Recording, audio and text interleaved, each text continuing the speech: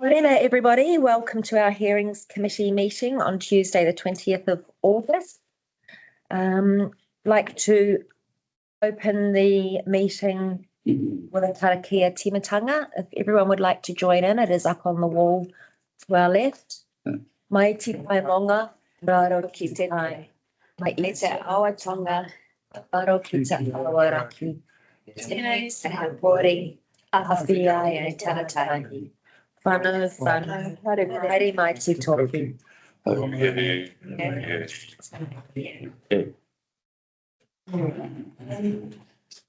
This morning, we don't have any apologies. We have a full table.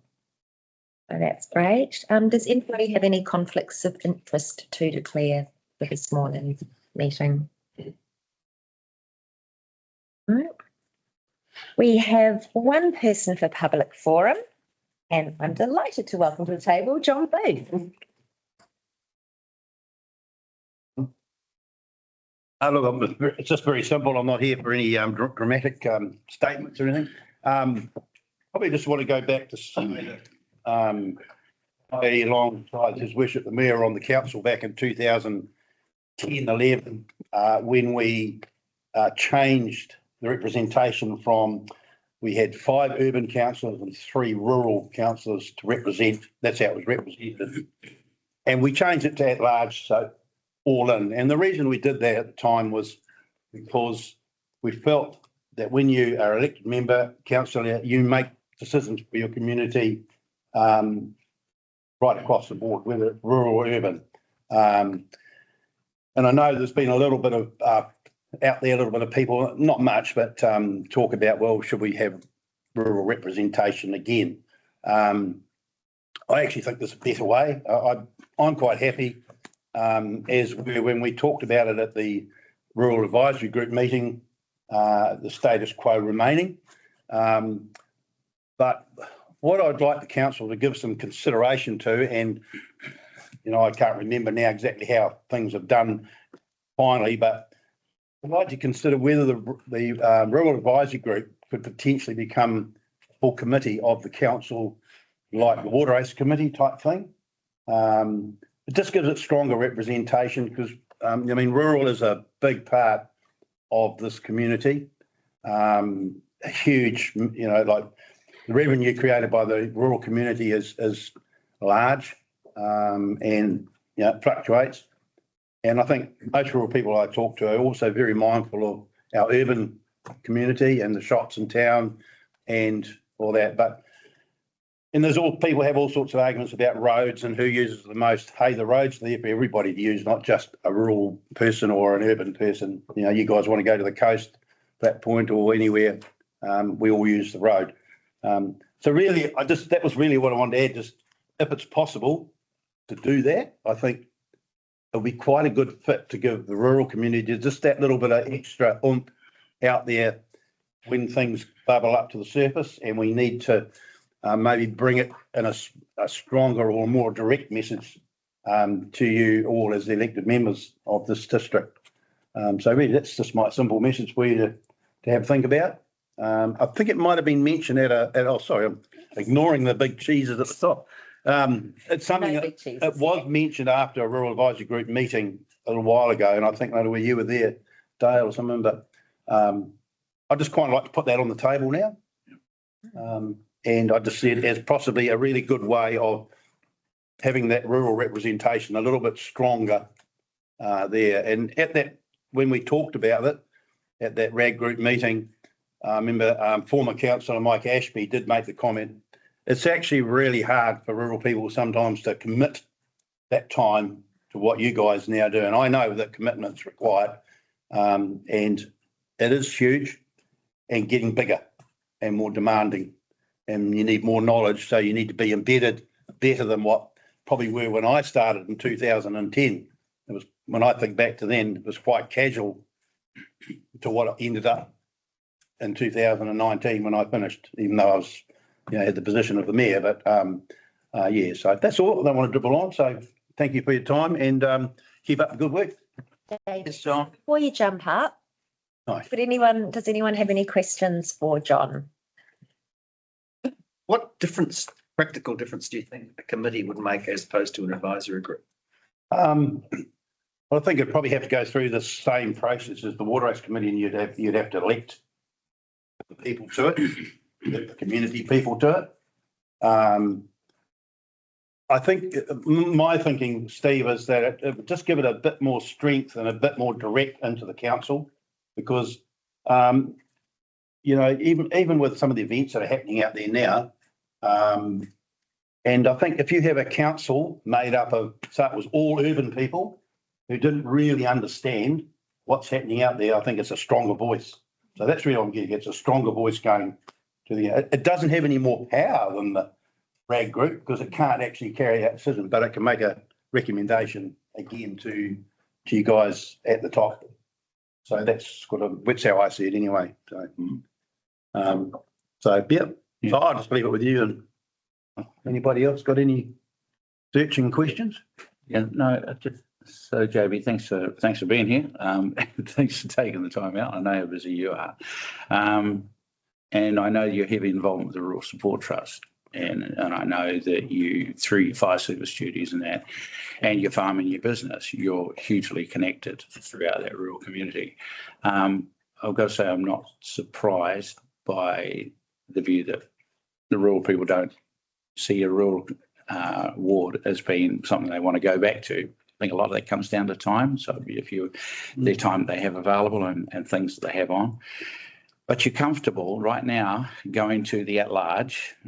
Back in those days when we made that decision, I think we had half the table was farming people, or at least people of a farming background. Yep. The other half of the table was urban. Today we have 7 councillors who live in town, and 1 councillor who's got a lifestyle block, and a mayor who's got a lifestyle block. We're not farmers.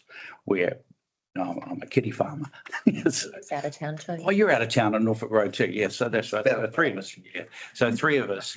Yeah, Very rural. lifestylers, but we're not farmers. Yes. Yeah. And we would not claim to be as conversant with the farming issues and that. So you're real comfortable that because I'm easy to leave where it is. Yeah, Ron, I think I find the Rural Advisory Group quite informal compared to what a full committee would be. So one's formal, one's sort of informal. Yeah, you're comfortable in that space because I'm easy. Yeah, I think when we went back, if I go back to when we made that decision, everybody was comfortable with that, including you and I at the time. I have to put that in. It's quite an upheaval because we went through a number of really tough things around that time. We took the rating, general rate to capital, and you only just got to see what's happening at South Wairarapa now.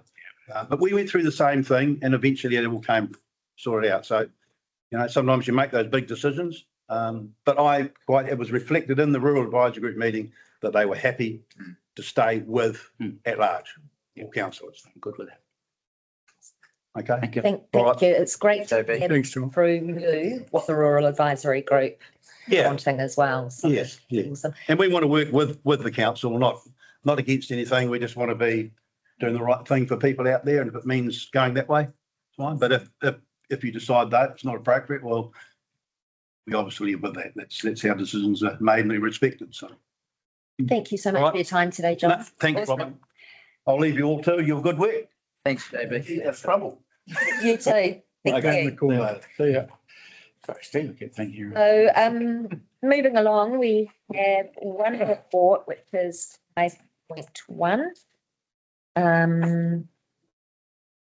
Is the deliberations. Karen, did you want to come to the table to speak on this before we enter into any deliberations, or? I think it's. Yeah, it is. Thank you.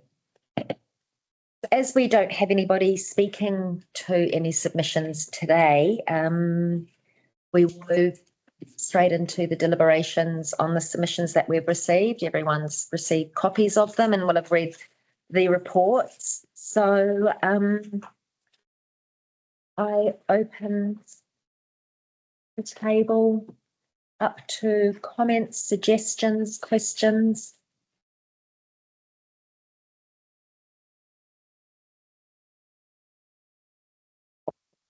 Thanks, Chair.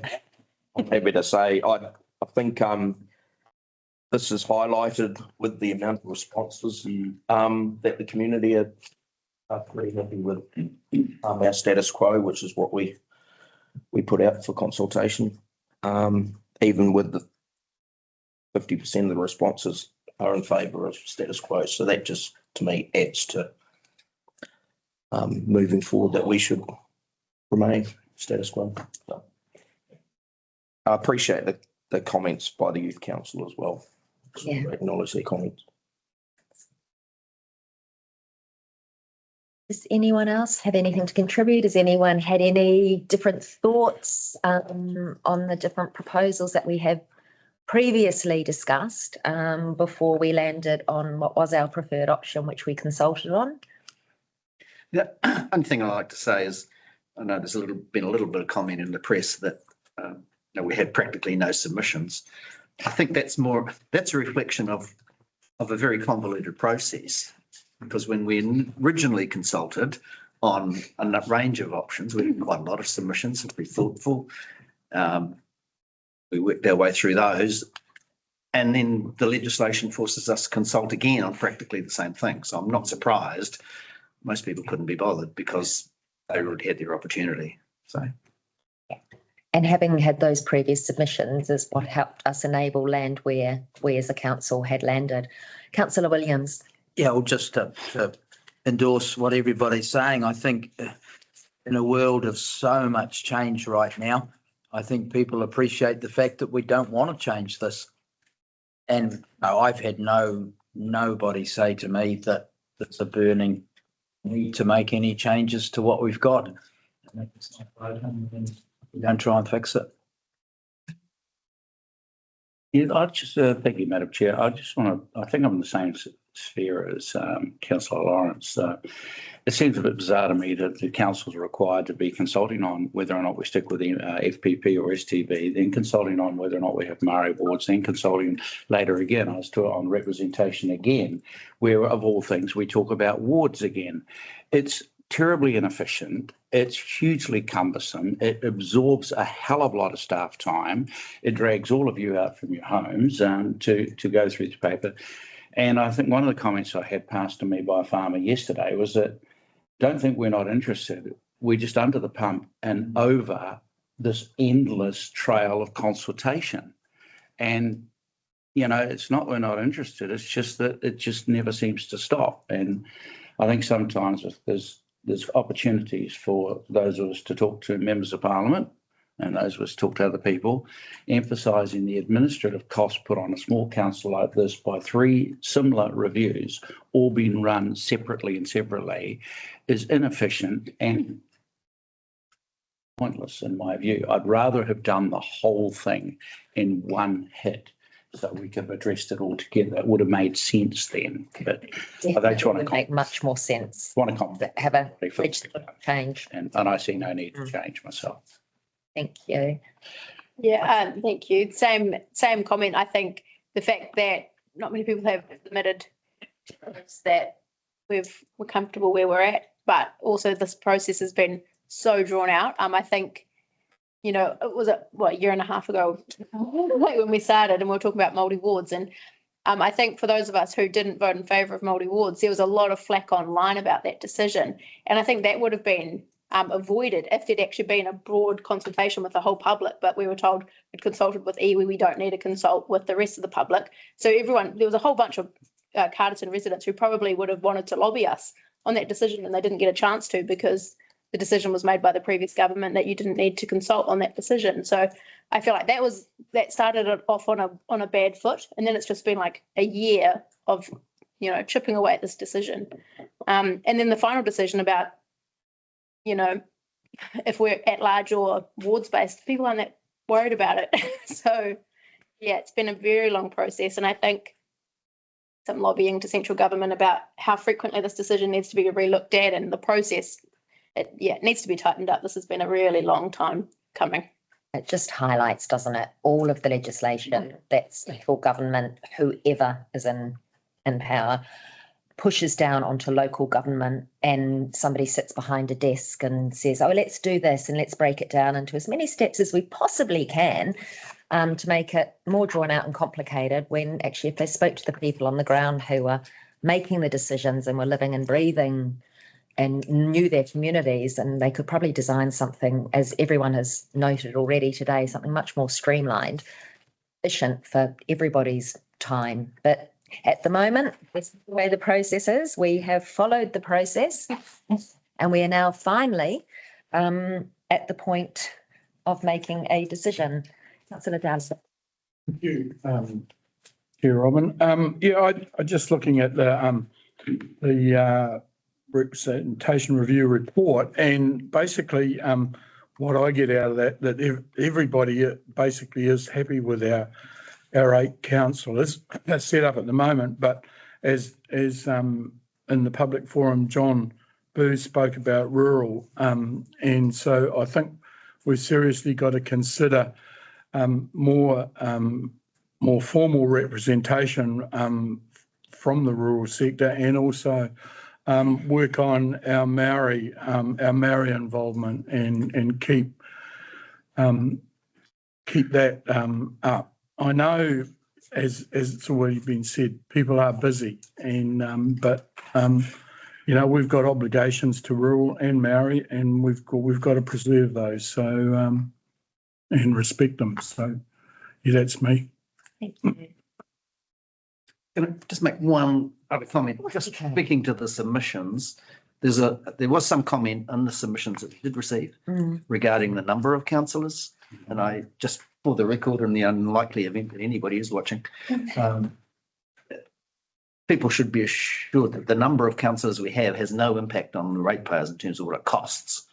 There is a remuneration pool, whether that's divided by 4, 6, 8 or 20.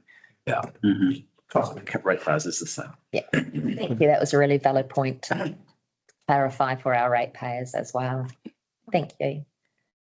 Is there any other discussion? Yes, Steve. I was going to say, I think the lack of submissions received, I think it shows a bit of confidence in what's been done, I think. I think a lot of people have spoken to me and said they look at outside our area and they shake their head, so I think plus to everyone, I think. Yes, Madam Chair, just again, and supplementary to Councillor Lawrence, that submission talking about numbers of councillors, valid point. Also raised the point about donations. I'd just like to think that everybody in the public is aware that all donations by councillors who stand for election have to be declared, and they are a matter of public record. And also are all councillors required to declare their pecuniary interests. So any submitter who has a concern about those sorts of matters can go straight online and have a look at what each councillor spent in their campaign, who their donations came from, and what their pecuniary interests are. So I just like to put that on the record. That information is available. It is available. You're absolutely correct. And also signalling which political party. That's also, if councillors choose to, that is also available when people stand to be elected. Completely. Thank you. Nothing from anybody else? I should probably talk. On Della's point about the Māori representation, super important, rural, yep. There's lots of people who support that. I also really think if we're going to have a better rural representation, we need to think about the urban ratepayers too, because the same risks exist that next council could be full of farmers. And how do we ensure that they also have their say? I think that there's a lot of loud voices out there for rural. So I just think in that conversation, we need to make sure we're also talking about urban representation at the same time in that conversation. But otherwise, I agree. It looks like we're on the right path and everyone seems pretty happy. So it's good. Thank you. Speak now, or forever hold your peace.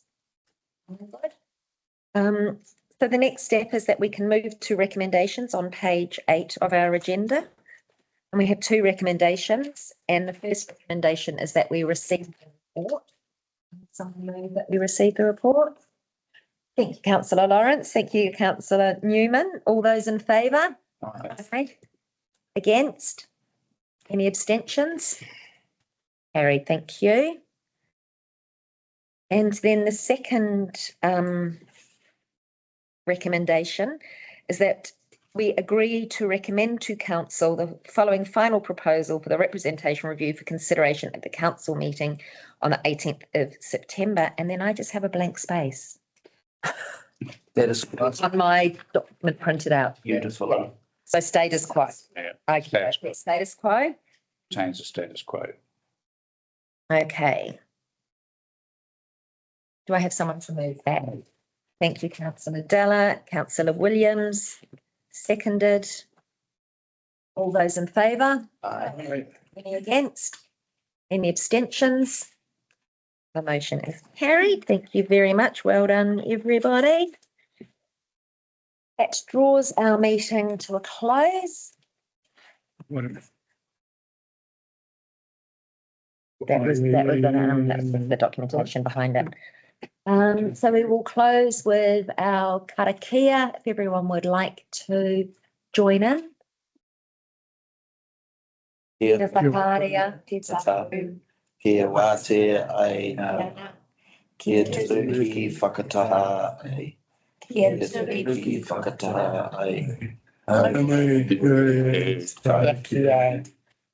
Thank you very much. The day is yours. Oh.